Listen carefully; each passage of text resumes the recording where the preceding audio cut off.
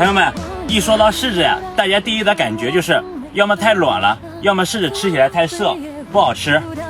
看一看我们家，刚刚成熟的巧克力脆柿吧。今年这种巧克力脆柿，我们这边价格也不贵，我呢都是自己卖我们自己家的，就挂下装小黄车，10多20块钱，给你们发满满一大箱，1分钱呀，我都不赚你们的，还特别好吃呢。